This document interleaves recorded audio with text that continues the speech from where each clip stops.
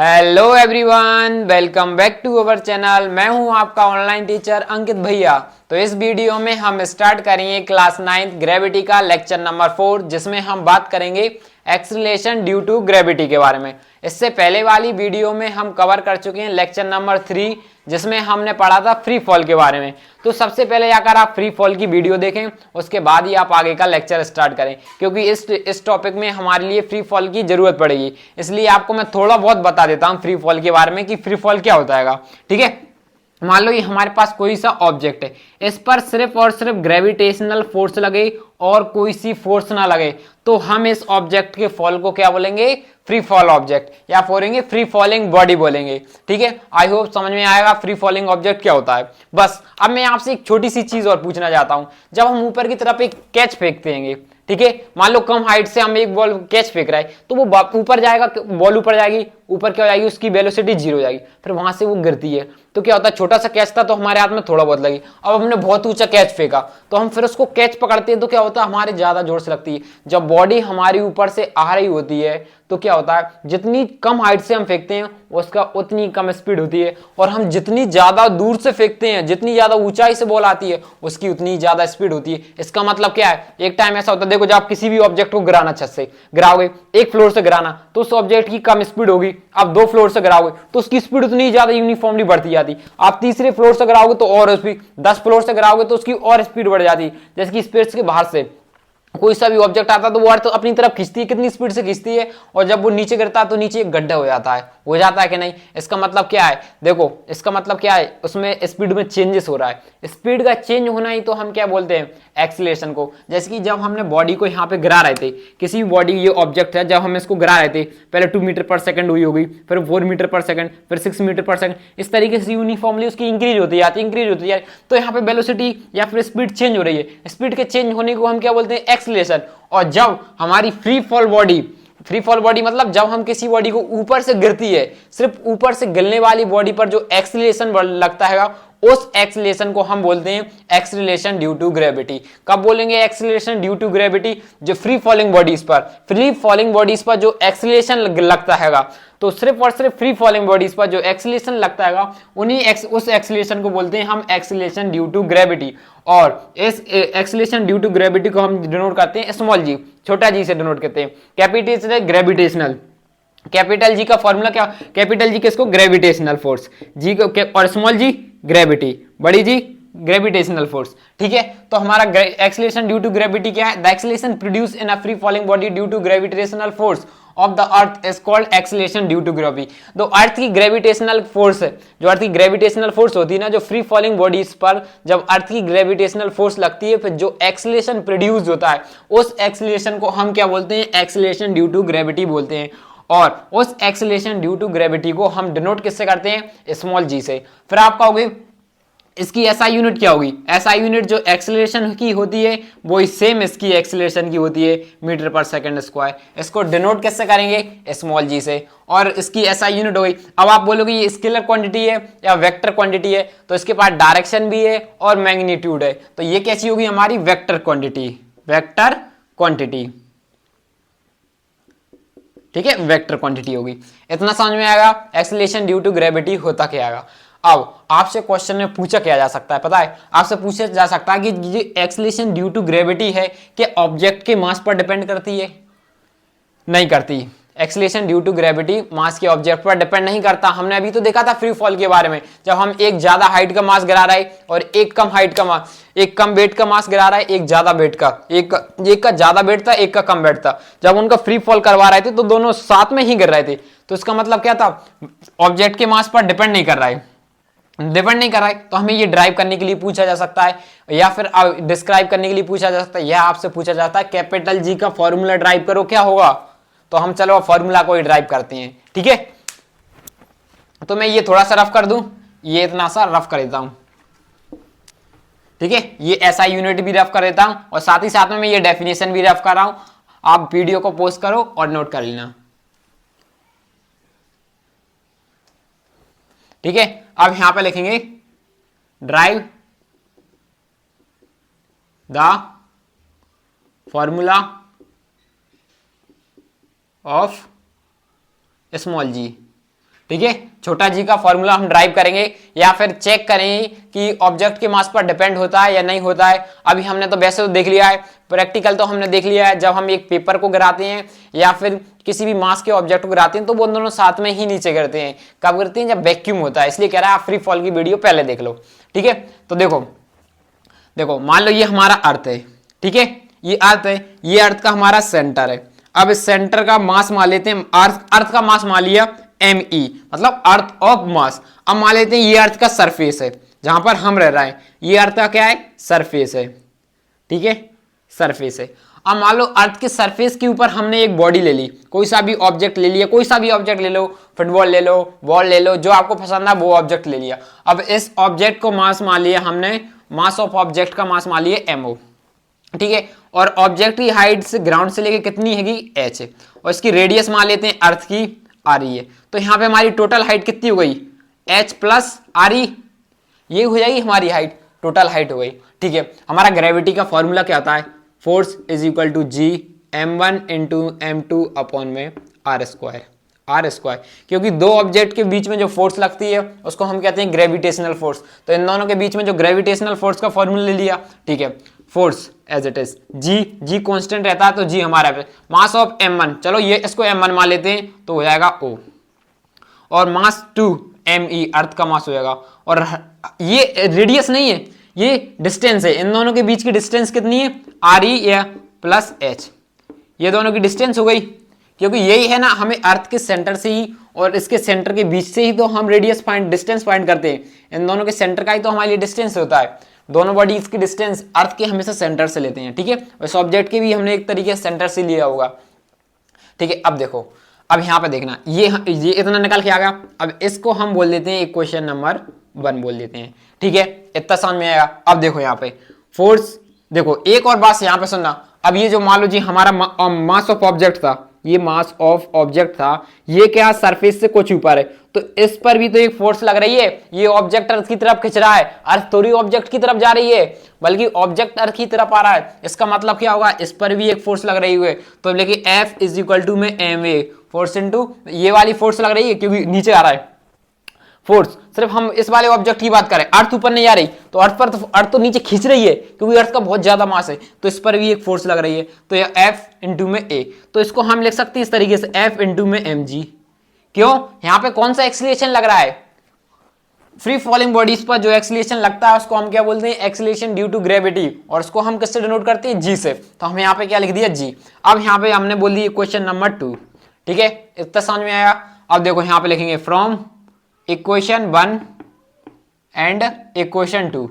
ठीक है, अब देखो इन दोनों की फोर्स सेम है तो इनके LHS सेम है तो RHS को हम सेम रख सकते हैं। और ये फोर्स किस ऑब्जेक्ट पर लग रही है? इस वाले पर, तो F इंटू ऑब्जेक्ट का मास होगा ये, क्योंकि ऑब्जेक्ट का ही तो लग रहा है तो हमने यहाँ पे ऑब्जेक्ट का मास ले लिया। ऑब्जेक्ट पर ही तो ये फोर्स लग रही है इसलिए तो हमने यहाँ पे लिया है। ठीक है, अब देखो M mass of object into में G। अब यहाँ पे लिखेंगे G mass of object into में मास ऑफ अर्थ अपॉन में re प्लस h स्क्वायर। देखो तो मास ऑफ ऑब्जेक्ट से मास ऑफ ऑब्जेक्ट कैंसिल हो गया, तो g का फॉर्मूला हमारे लिए क्या निकला? g me अपॉन में re प्लस h का होल स्क्वायर। इतना आया समझ में कि नहीं आया? आई होप इतना समझ में आएगा। ये हमारा जी का फॉर्मूला निकल के आ गया। अब बताओ यहाँ मास पर, ऑब्जेक्ट के मास पर हमारी जी डिपेंड कर रही है? नहीं कर रही। यहाँ पे अर्थ के मास पर तो डिपेंड कर रही, लेकिन ऑब्जेक्ट के मास पर डिपेंड नहीं कर रही। पूछा जाए कि ऑब्जेक्ट के मास पर हमारी जो स्मॉल जी डिपेंड करती है नहीं करती है, तो आप ये डेरिवेशन के थ्रू बता सकते हो नहीं करती है। सो हम लिख सकते हैं, यहाँ पे लिख देंगे जी इज इंडिपेंडेंट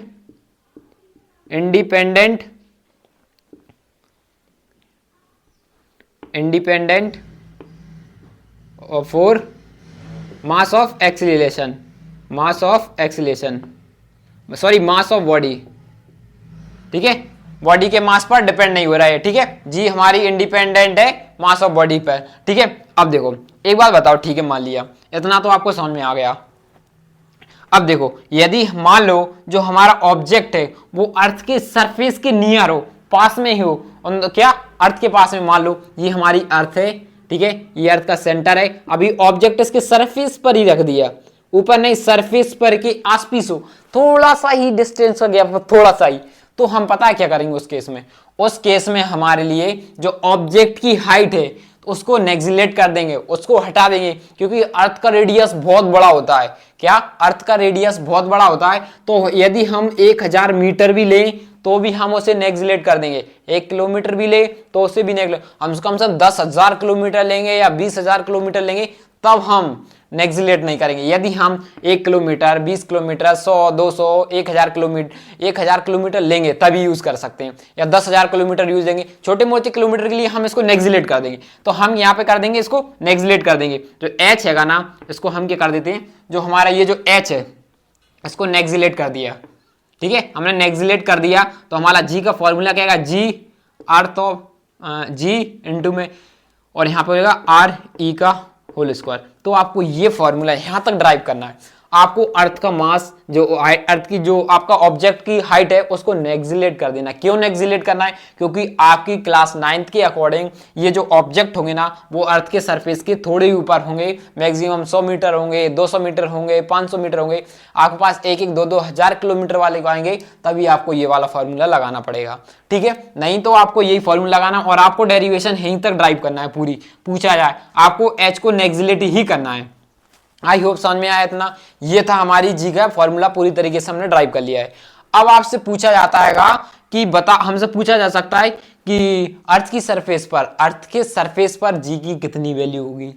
तो हम चलो वैल्यू को कैलकुलेट कर लेते हैं, ठीक है। नेक्स्ट काम आ जाता है हमको वैल्यू को कैलकुलेट करना। तो मैं इसको थोड़ा सा रफ कर देता हूं, ठीक है। ये रफ कर रहा हूं, ये फॉर्मूले को रखा रहने दूंगा, इसको हमारे लिए जरूरत पड़ेगी। तो अब हम यहां पे लिखते हैं value of small g the surface of earth. अब हम अर्थ के सरफेस पर स्मॉल जी की वैल्यू फाइंड करते हैं, ठीक है। स्मॉल जी की वैल्यू, स्मॉल जी का फॉर्मूला देखो यहां से लिखा था, g into earth of mass upon में रेडियस ऑफ अर्थ की हो जाएगी, ठीक है। अब देखो जी, अब स्मॉल जी की हम सबसे पहले तो हमें कैपिटल जी की वैल्यू पता होना चाहिए। ये तो आपको रट लो, 6.67 इंटू 10 की पावर -11, ठीक है। अब आप कहोगे इसकी अर्थ ऑफ मास, अर्थ का मास कितना होता है, तो हमारा अर्थ का मास कितना होता है 6 इंटू 10 की पावर 24। ये आपके पास गिवन होगा यदि आपसे पूछा जाएगा अर्थ का मास। और वैसे भी याद रखना है तो आप थोड़ी सी वैल्यू याद भी रख सकते हैं, वैसे तो आएगा तो नहीं, फिर भी हम बता रहे कि सारे अर्थ के सरफेस पर ना सभी ऑब्जेक्ट का एक्सीलरेशन कितना होता है जब वो नीचे गिरते हैं, क्योंकि सारे के सारे ऑब्जेक्ट होते हैं ना जो साथ में ही गिरते हैं, चाहे कोई भारी होता है या फिर कोई भी भारी ना हो, फिर भी वो क्या कर रहा है, साथ में ही गिर रहा है, तो सबकी एक्सीलरेशन क्या होगा, सेम होगा, ठीक है। अब आप बोलोगे इसकी रेडियस क्या होती है, तो इसकी रेडियस होता है हमारी 6.37 इंटू 10 की पावर 6 का होल स्क्वायर। मैंने सेम फ्री फॉल में भी ऐसा ही क्वेश्चन करवाया था, उनमें भी हमने ऐसी सेम वैल्यू ली थी, उसमें भी मैंने आपको बिल्कुल डिटेल से सॉल्व करके बताया था। तो आपको सबसे पहले करना क्या है, इनकी पावर को कैलकुलेट करना। तो ठीक है, 6.67 इंटू 10 की पावर 11 इंटू 10 की 6 इंटू 10 की पावर 24, ठीक है। अब देखो यहाँ पे क्या लगा है, हमारे पास पावर लगी है, दोनों पे पावर लगा हुआ है, तो हम किस पे लग सकते हैं 6.37 इंटू में 6.37 स्क्वायर लगा हुआ है यहाँ पे, तो हमने 2 बार खोल लिया, इसको भी 2 बार खोल लेंगे तो 10 की पावर कितनी हो जाएगी, 2 बार कर देंगे 12 हो जाएगी। अब इस 12 को यहाँ से कैंसिल करेंगे तो यहाँ पे कितना बचेगा, 10 की पावर 12 बचा। अब इस 12 को यहाँ से ये इसको हटाएंगे तो यहाँ पे सिर्फ और सिर्फ हमारा 10 बचेगा। और जब हम 6.67 इंटू में 6 अपॉन 6.37 इंटू में 37 इंटू में 10, जब हम इन चारों को इंटू करेंगे तो हमारा आंसर आ जाएगा 0.98, ठीक है। डिवाइड और मल्टीप्लाई करके ये आ जाएगा, और 10, ये 10 एज इट इज बना रहेगा।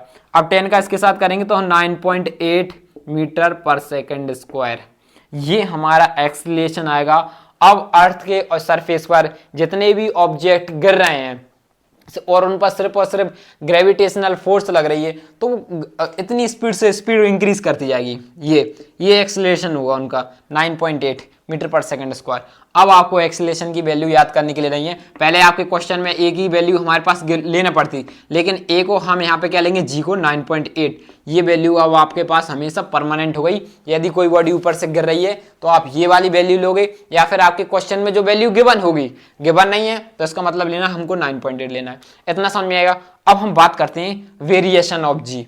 अब देखो अर्थ के सरफेस पर कहां पर जी की वैल्यू कम होती है और कहां पर जी की वैल्यू ज्यादा होती है, क्योंकि हमारा अर्थ एकदम स्फीयर शेप नहीं है, थोड़ा इस तरीके से इलिप्टिकल में, थोड़ा सा है, थोड़ा सा इस तरीके से, थोड़ा सा बेंड है, इलिप्टिकल के पाथ में है, तो कहीं उसकी ज्यादा हो रही है जी की वैल्यू, कहीं कम हो रही है। तो उसी के बाद हम डिस्कस कर लेते हैं, क्योंकि उसके ऊपर कंफर्म है क्वेश्चन आना एक, ठीक है।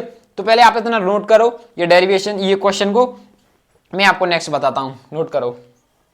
अब हम बात करते हैं वेरिएशन ऑफ स्मॉल जी या वेरिएशन ऑफ छोटा जी, इसके क्या क्या वेरिएशन होते हैं, ठीक है। तो इसका फॉर्मूला क्या होता है हमारा स्मॉल जी का, जी इज इक्वल टू होगा capital G mass of earth upon में रेडियस ऑफ अर्थ। ये हमारा स्मॉल जी का फॉर्मूला था, हमने जस्ट डिस्क्राइब किया था, यही फॉर्मूला था। देखो जी तो हमारा ये कैसा है, कांस्टेंट टर्म है, ये कभी भी चेंज नहीं होता है। हमने बताया था किसी भी यूनिवर्स में हम किसी भी प्लेस कहीं भी चले जाएं, किसी भी हाइट पे चले जाएं, लेकिन जो हमारा जी की वैल्यू हमेशा सेम होगी। ये हमारा कैसा है, एक कांस्टेंट टर्म, ये कभी भी चेंज नहीं होगा। लेकिन देखो यदि जी डायरेक्टली प्रोपोर्शनल हो जाएगी मास ऑफ अर्थ, यदि हम अर्थ का मास चेंज कर दें तो हमारी जी की वैल्यू भी चेंज होगी। क्या, यदि हम अर्थ का मास चेंज करेंगे जैसे जी की वैल्यू भी चेंज होगी। देखो जैसे कि हम सन की बात करें, अब सन का मास ज्यादा बड़ा है तो मतलब सन की ज्यादा ग्रेविटी होगी, ठीक है। अब देखो दूसरी बात, जी इनवर्सली प्रोपोर्शनल, यहाँ पे स्क्वायर होता,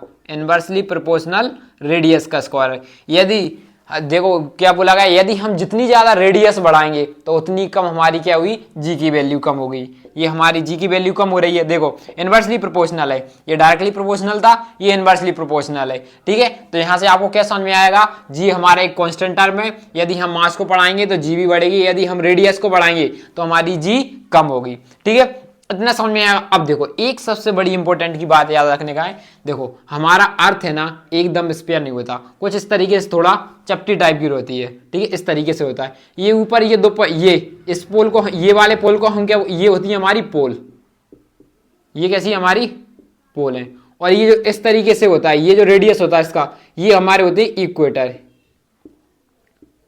ठीक है, इक्वेटर, ये भी हमारे कैसे इक्वेटर। तो आप बताओ क्या हमारी जो ये इक्वेटर और पोल पर क्या हमारी ग्रेविटी सेम होगी, जवाब दो।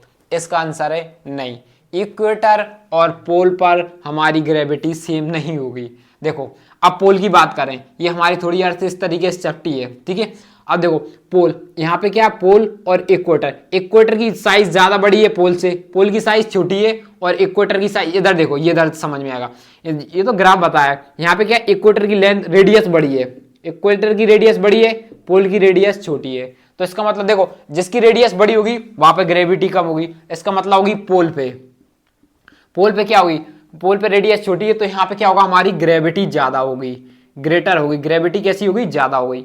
और इक्वेटर पर हमारी ग्रेविटी कैसी होगी, कम होगी, इक्वेटर पर हमारी ग्रेविटी कम होगी, क्योंकि इक्वेटर पर रेडियस हमारी बड़ी होती है। रीजन में क्या देगी, रेडियस, इसकी रेडियस ज्यादा बड़ी होती है, और जिसकी रेडियस ज्यादा बड़ी होगी उसकी ग्रेविटी छोटी होगी, वहां पे ग्रेविटी कम होती है, इनवर्सली की प्रोपोर्शनल होती है। इतना समझ में आया। तो यही बोला है, देखो क्या बोला गया, the acceleration due to gravity, acceleration due to gravity मतलब small g is maximum on the surface of the earth, जो सरफेस के, अर्थ के सरफेस पे अर्थ का जो सरफेस है, ये जो सरफेस पे क्या पोल है, पोल्स पे, तो ये पोल्स पे क्या होगी, मैक्सिमम होगी। यदि हम इसके ऊपर चले गए, मान लो हम अर्थ के ऊपर चले गए, ये हमारा अर्थ है, अब हम इसके ऊपर आ गए तो हमारी क्या होगी, रेडियस इंक्रीज होगी।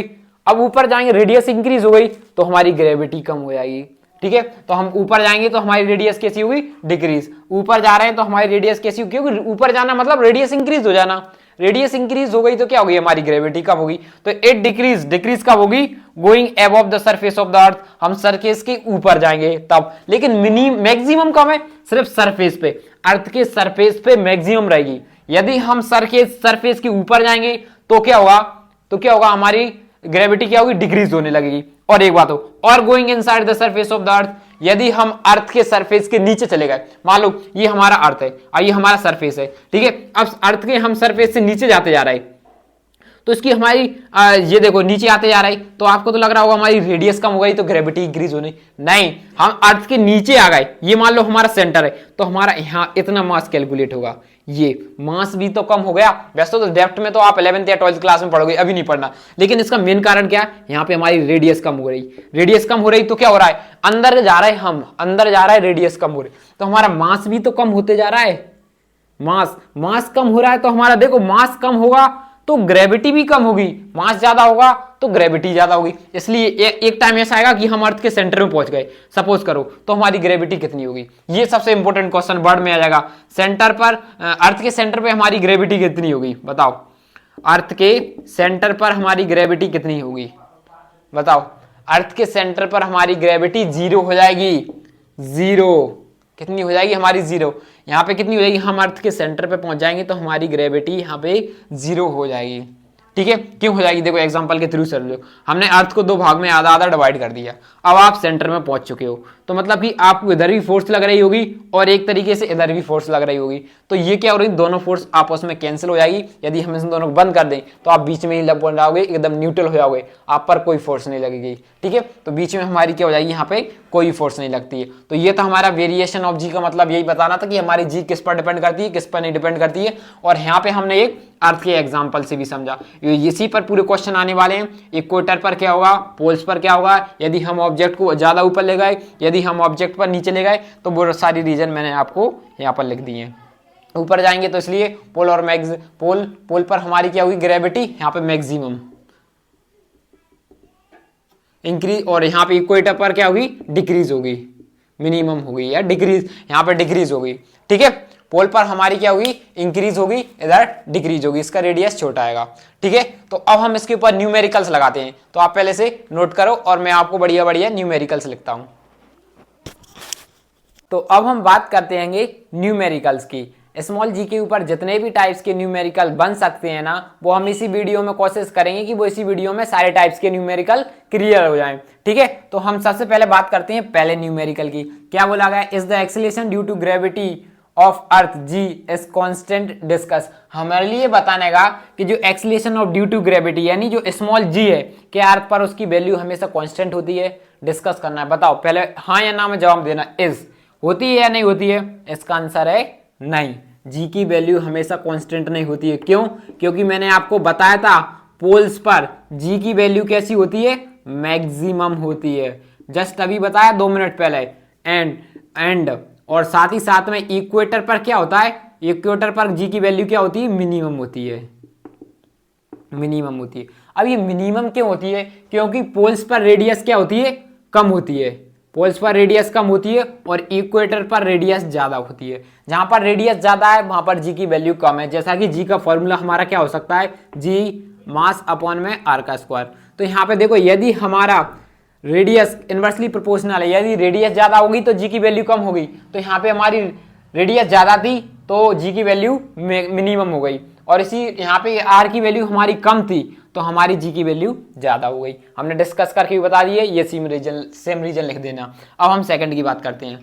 तो सेकंड में क्या बोला गया है, why does the body reach the ground quicker at the poles than at the equator when dropped from the same height. तो दूसरे क्वेश्चन में क्या बोला गया है, जब हम किसी ऑब्जेक्ट को सेम हाइट से पोल से नीचे गिराते हैं तो वो जल्दी गिर जा रही, उसी सेम हाइट से हम इक्वेटर पर गिरा रहेंगे, इक्वेटर से गिरा रहेंगे तो वो लेट गिर रही। इसका रीजन बताना हमारे क्यों गिर रही है, कि पोल्स पर जल्दी गिर जा रही है और इक्वेटर से हमारे लिए किसी भी ऑब्जेक्ट को गिरने में टाइम लग रहा है। क्यों लग रहा है, क्योंकि पोल्स पर क्या होती है, रेडियस कैसी होती है, कम होती है। तो रेडियस कम है तो यहाँ पे ग्रेविटी कैसी हो जाएगी, ज्यादा हो जाएगी, ये कारण है, ठीक है, यही लिख देना। और दूसरा कारण क्या है, यहाँ पर क्या होता है, रेडियस, यहाँ पर रेडियस ज्यादा है और यहाँ पे इसलिए क्या आएगी, यहाँ पे ग्रेविटी कम है। तो ग्रेविटी कम होगी तो हमारी बॉल भी स्लोली ड्रॉप्ड होगी, और यहाँ पे हमारा जितनी ज्यादा एक्सीलरेशन होगा, एक्सीलरेशन तो उतनी ज्यादा उसकी स्पीड चेंज होगी, जितना ज्यादा एक्सीलरेशन होगा तो उतनी जल्दी बॉल हमारी नीचे आएगी, ये रीजन था, ठीक है। अब हम नेक्स्ट की बात करते हैं, थर्ड पॉइंट की। थर्ड में क्या बोला गया है, what will be effect on the value of g when we go up a hill. यदि हम हिल पर चले जाएं तो जी की वैल्यू पर क्या इफेक्ट पड़ेगा। बताओ क्या इफेक्ट पड़ेगा यदि हम हिल पे चले जाएं, मतलब हिल यानी ऊंचाई पे चले जाएं। तो ऊंचाई पे जाएंगे तो रेडियस चेंज होगी, हमारी रेडियस चेंज हो रहेगी तो इसका मतलब होगा हमारी जी की वैल्यू डिक्रीज होगी। तो यहाँ पे बोल देंगे कि हमारी जी की वैल्यू क्या होगी, डिक्रीज होगी। आई होप ये 2 क्वेश्चन समझ में आए। अब देखो तीसरा क्वेश्चन की बात करते हैं। तो उससे पहले ना मैं बोर्ड रब कर देता हूँ, क्योंकि ये हमारे लिए थ्योरी टाइप के क्वेश्चन है। ये हमारे थ्योरी टाइप के थे और ये हमारे न्यूमेरिकल टाइप के क्वेश्चन है। ठीक है, अब इनको प्रैक्टिकली करना पड़ेगा, हमें सॉल्व करके देखना पड़ेगा। ठीक है, तो मैं इन तीनों को रफ कर देता हूँ।